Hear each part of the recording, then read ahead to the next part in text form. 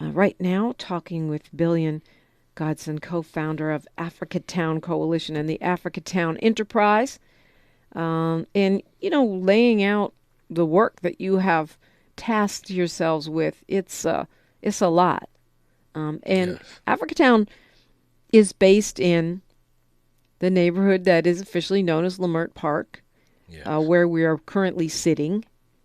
Why do you have such a strong feeling that it should be called Africa Town and not Leimert Park? I feel like we have been debating this. I mean, I moved to South LA, 20 years ago. I feel like we've been talking about it since then. It should be Leimert Park. It should be Leimert Park Village. It should be Africa Town. It should be Africa. I think there's been several iterations of it. And I remember a lot of the merchants felt, well, people know the name Leimert Park. It's a tourist destination. We don't want to lose the currency of that. And then there were always others that said, this is, Japantown is Japantown. Chinatown is Right. Chinatown. Right. We need to put our name on this. But I have a feeling there's more to it than that when it comes to you. So, I think it was back in the 90s, there was an elder woman that would just walk around and always tell us, this is our Africa town. There have been other people that refer to it as Little Africa or, That's the name I was trying to think of. right, Little right. Africa, yeah. Our great elder Queen B Hall, she began to make an official move, I believe it was in 1999, to rename the area. Years later, another young brother named Alfonso, he had a petition to rename it Africa Town. And in 2016, when we started going into a lot of the local community meetings, like I was saying earlier, the tone that we heard from certain people concerning certain other people in our community who were unhoused, street merchants, part of the weekend culture here was just real negative. So in one of those meetings, one of our brothers stood up and said, look, this is our Africa town. We don't treat black people that way. We take care of our people. So at that point, our coalition didn't have a name. We thought about it and we was like, yeah, let's take on the name Africa Town, and let's raise up the fact, one, that Lemert, who was the architect designer of this area, did not want us here. He actually had covenants to keep black people out. And in 1948, the U.S. government reversed such covenants, and we began to move into this area and gradually took it over. So from the time I got here in 1980, it was basically a chocolate city. And over the past 15 or so years, seeing it being gentrified, we felt that now more so than ever, we really need to raise up and claim a very small part of LA, considering all the contributions we as descendants of Africa have made to this city, establishing this city and building up this city. So that's why we've been persistent in making an official push to rename it Africa Town. And so I do, I mean, I remember this debate coming up, I think at least once a day, probably twice a decade, right?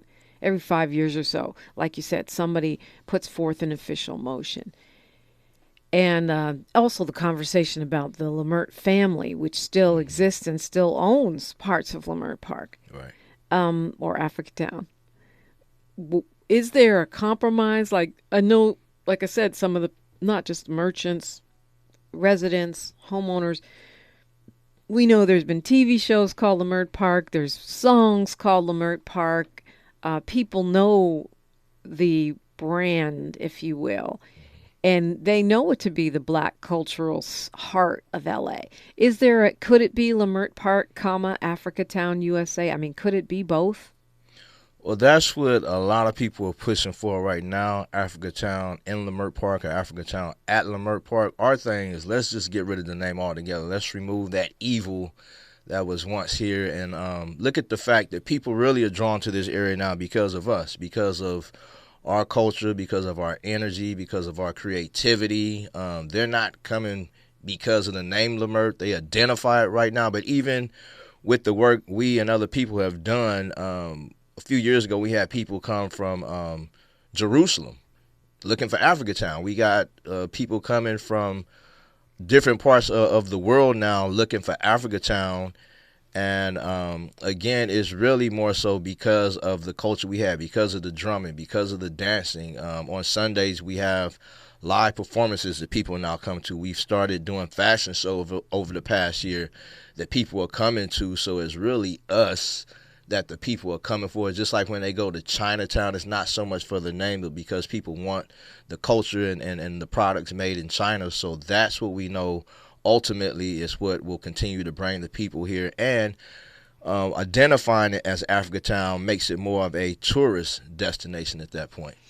Well, I know that the addition of the Nipsey Hussle Square, which is nearby. I mean, technically that's not Leimert Park, it's Slauson, but Right. it's proximate. I know that when they opened the Leimert Park station of the Metro and folks rode past and heard Nipsey Hussle Square, Right. people started cheering. Right. I know we fought for this Leimert Park station. What about something like Africatown Square? At the end of the day, we will accept whatever the people push for and make happen. It We really would is up to the love- people, right? Right. We would love for it to be Africatown. Period. Full but- stop. Right. And we also know the people are gonna call it what we're gonna call it. Right, So yeah. whatever they officially choose to do or not to do is that. But like I said, right now we got videos. We've done a number of interviews, different talk shows. So Africatown will be what this is moving forward. Okay. I think that it's important to keep the conversation going so people understand the logic. Right. Thank you. That it's not just people going, well, I want this because I say so. But this is part of a neighborhood conversation Right. that has been going on, as you say, not externally, but among the people, the residents and the neighbors Yes. of this area, the black people, the businesses who have invested their time and energy and creativity Right. into making this place what it is. Okay, so what festival's coming up this weekend? It's always a festival. So this coming weekend, of course, is what may be the biggest event in LA right now. Saturday will be the Taste of Soul. Right. Of course. And, people from everywhere come out to that. They usually say about 250,000 people show up. So Yeah, and this is the first time in 2 years, so we could Yeah. have even more than that. Right. So the market that happens every Sunday. Right.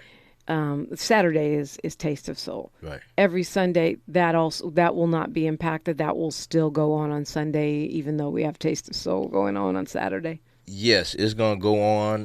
We're looking to do a couple little extra things, hopefully get some of that layover crowd from Saturday. But yeah, every Sunday we have the African Marketplace and Drum Circle. Weekly we have different performers. Some of the businesses occasionally might activate their location with something in addition. The World Stage usually has something later in the day, and then the Regency West, they also tend to have activities on Sunday. But most definitely this weekend, like every Sunday, it will be happening. Talking with Billy and Godson. We're talking with you if you want to join in the conversation. 800-920-1580. This is KBLA Talk 1580, 40 acres and a mic. Do you have a motion you would put forward if you were sitting on the council?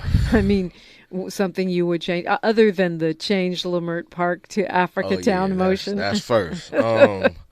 The corruption is a big thing because over the past few years, we've seen almost yearly, whether it is a council member themselves being charged with something or a staff member of a council person. So clearly in what's happening in LA right now, I mean, even the mayor's office has its issues that are being addressed. So the corruption needs to be cleaned up.